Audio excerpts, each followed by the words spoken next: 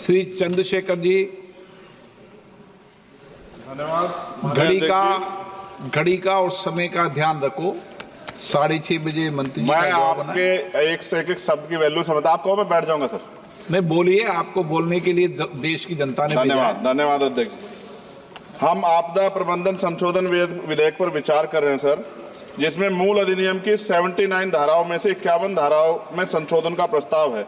हालांकि ये संशोधन आवश्यक हो सकते हैं, परंतु यह तरीके कुछ जटिल हो सकते हैं, खासकर नए सदस्यगण मेरे जैसे के लिए, जिन्हें मूल अधिनियम और संशोधन विधेयक दोनों का अध्ययन करना पड़ता है। इस विधेयक की समझ में कठिनाई हो सकती है और विधायी प्रक्रिया में जटिलता आ सकती है। इस संदर्भ में मेरा सुझाव है कि यदि संशोधन विधेयक के माध्यम से हम मूल अधिनियम को ही प्रतिस्थापित करके एक नया विधेयक प्रस्तुत करें, तो यह न केवल विधेयक को अधिक स्पष्ट और समझने में आसान बनाएगा, बल्कि लेजिस्लेटिव ड्राफ्टिंग प्रक्रिया को भी सरल कर देगा। वर्तमान में संविधान की 7वीं अनुसूची में इसकी स्पष्ट एंट्री का उल्लेख नहीं किया गया है। मंत्री जी कृपया यह बताने का कष्ट करें कि वर्तमान विधेयक संविधान की 7वीं अनुसूची के किस एंट्री में कवर है। यह प्रश्न इसलिए महत्वपूर्ण है क्योंकि यदि हम इसे संविधान की 7वीं अनुसूची में स्पष्ट रूप से दर्ज करते तो यह विधेयक लाने का आधार और संसद की विधायी शक्ति को स्पष्ट रूप से मान्यता मिलती। इसके बिना यह विधेयक संविधान के तहत अपनी पूरी वैधता का दावा नहीं कर सकता, जिससे इसे लागू करने में होने में अस्पष्टता उत्पन्न हो सकती है। इसलिए मेरा सुझाव है भविष्य में इस प्रकार के विधेयक लाते समय संविधान की 7वीं अनुसूची में आपदा प्रबंधन के लिए एक स्पष्ट प्रविष्टि जोड़ी जाए, ताकि संसद की विधायी शक्तियां स्पष्ट रूप से विधेयक और औचित्य की तरफ पूरा करें। मेरा प्रश्न केंद्र सरकार द्वारा राज्य को आपदा के समय धनराशि और अन्य सहायता प्रदान करने की तरीके से संबंधित है। हम सभी जानते हैं कि जब भी कोई आपदा आती है, केंद्र सरकार विभिन्न राज्यों को राहत देने के लिए धनराशि और सामग्री भेजती है।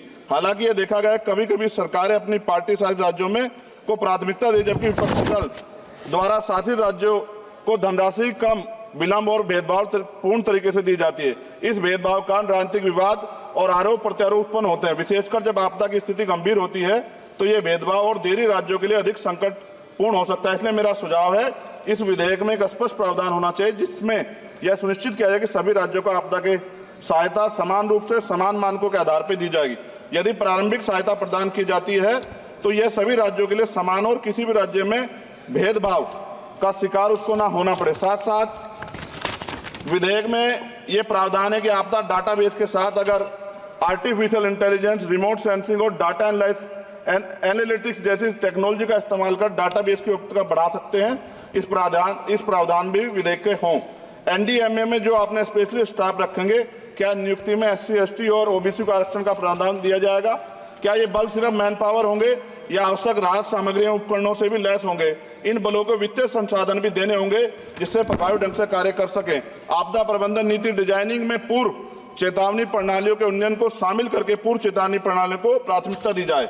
आपदा प्रक्रिया कोर्स में ऐसे प्रावधान होने चाहिए कि आपदा होने के 24 घंटे में ही प्रभावित राज्य जिला प्रशासन को एक निश्चित प्रारंभिक राशि जारी हो सके।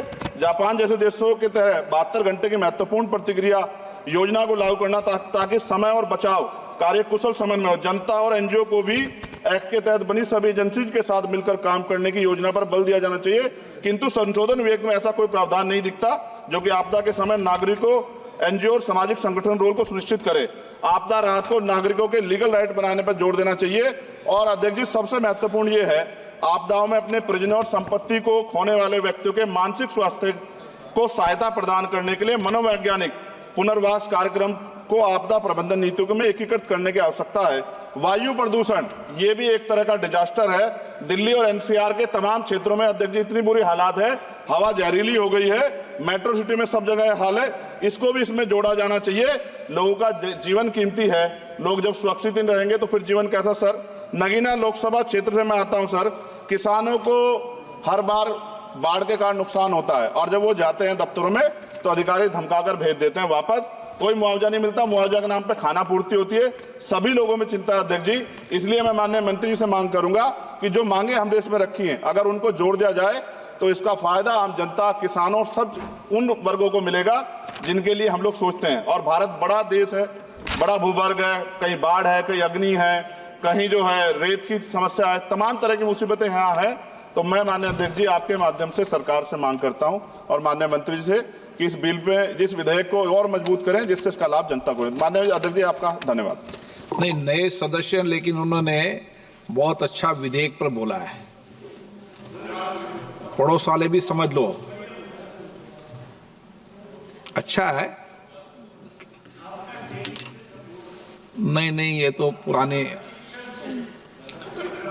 यहाँ पे आप जैसे लोगों के अनुभव का लाभ मिलता है इनको, पर आप थोड़ा अनुभव ठीक दो इनको।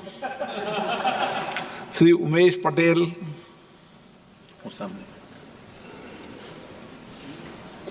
माननीय अध्यक्ष महोदय जी, मैं आपदा प्रबंधन